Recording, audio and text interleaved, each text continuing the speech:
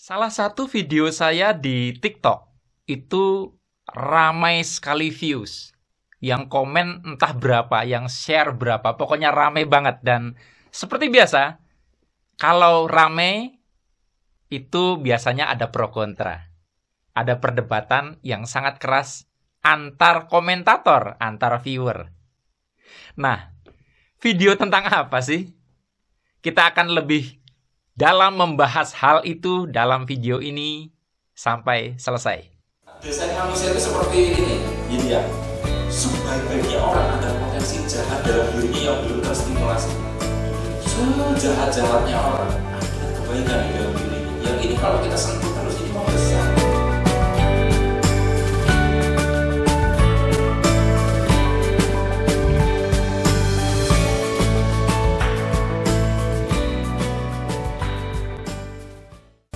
Assalamualaikum warahmatullahi wabarakatuh. Jumpa lagi kita berjumpa dengan saya, Arif Rahutomo atau Arif RH dalam rekaman video iseng Reborn. Cie.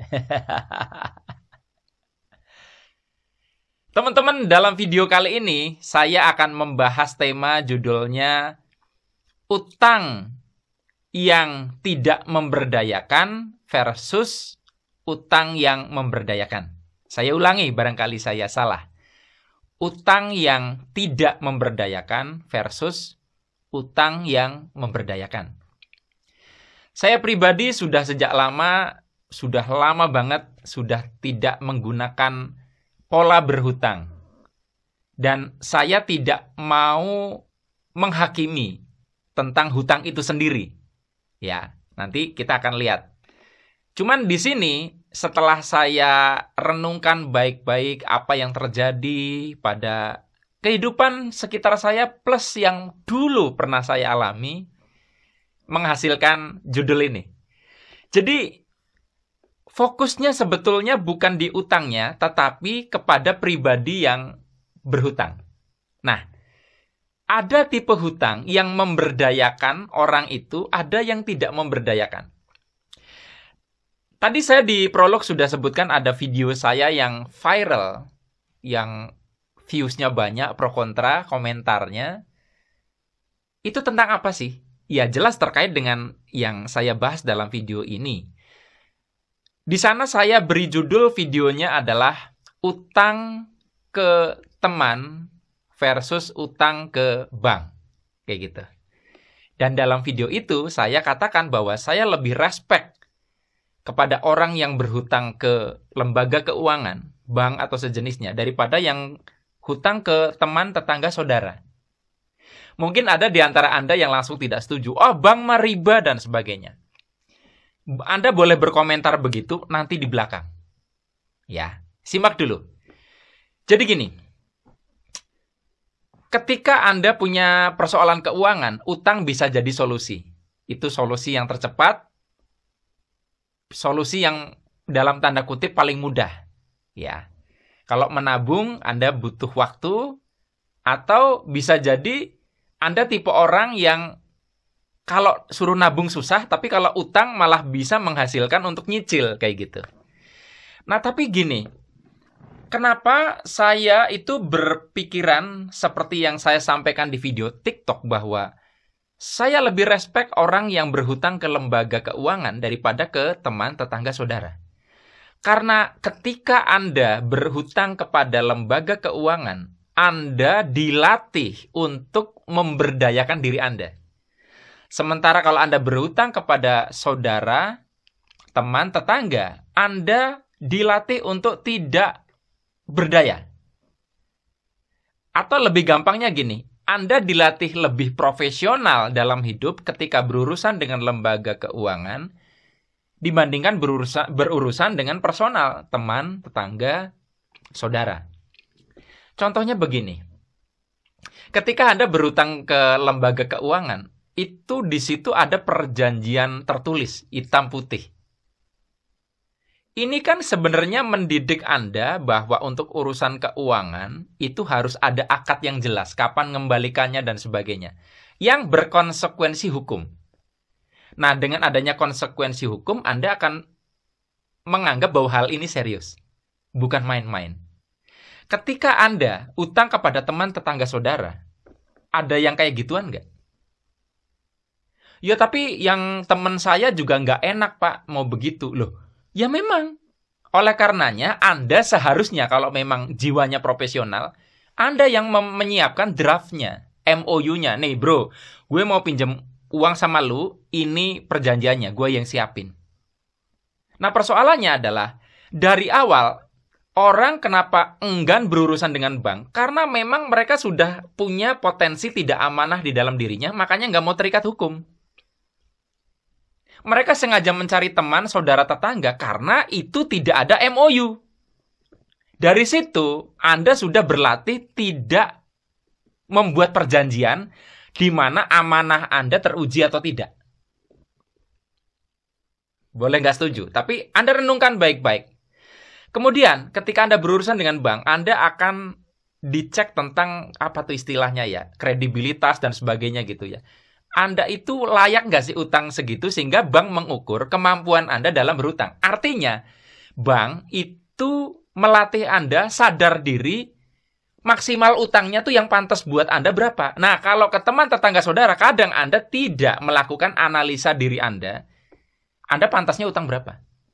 Akhirnya ngaco antara jumlah hutang dengan kemampuan Anda nggak imbang.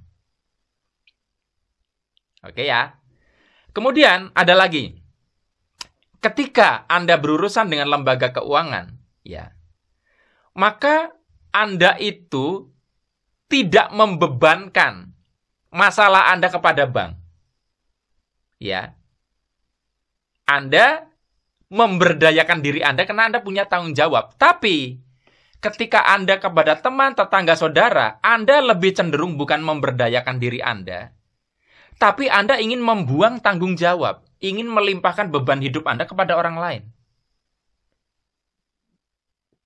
Itu seperti misalnya Anda disuruh ngangkat barbel, ketika berurusan dengan lembaga keuangan, Anda punya tanggung jawab untuk ngangkat barbel sehingga Anda menguatkan otot tangan Anda ngangkat barbel itu. Kalau ke teman tetangga saudara, seolah-olah, nih barbel saya tolong kamu tanggung.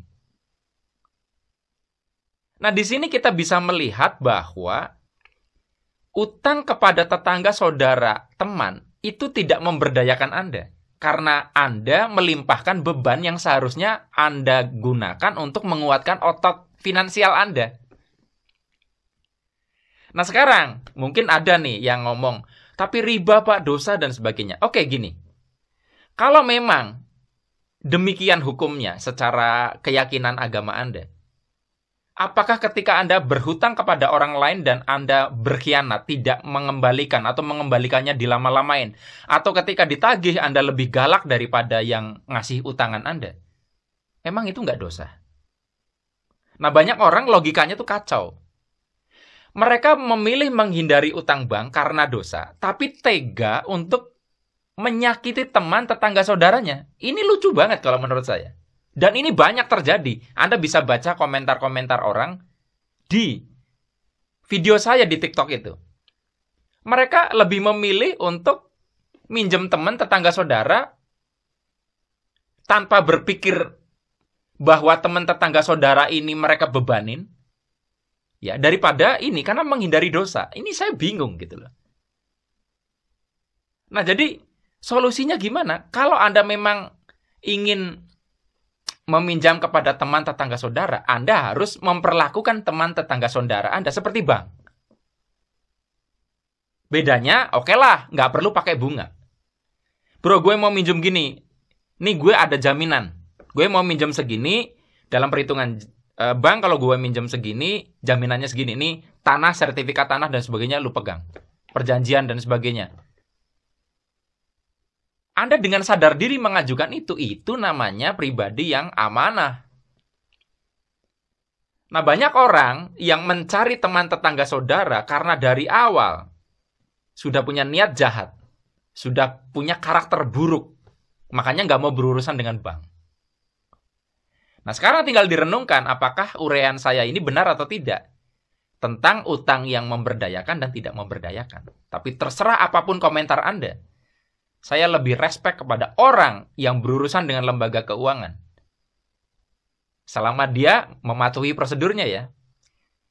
Daripada orang yang sengaja menghindari bank, tapi mereka ingin lari dari tanggung jawab hidup mereka dan membebankan masalah hidup mereka kepada orang lain. Sampai ketemu lagi dalam rekaman video Iseng Reborn yang selanjutnya. Saya akhiri. Billahi taufik wal hidayah. Wassalamualaikum warahmatullahi wabarakatuh. See you.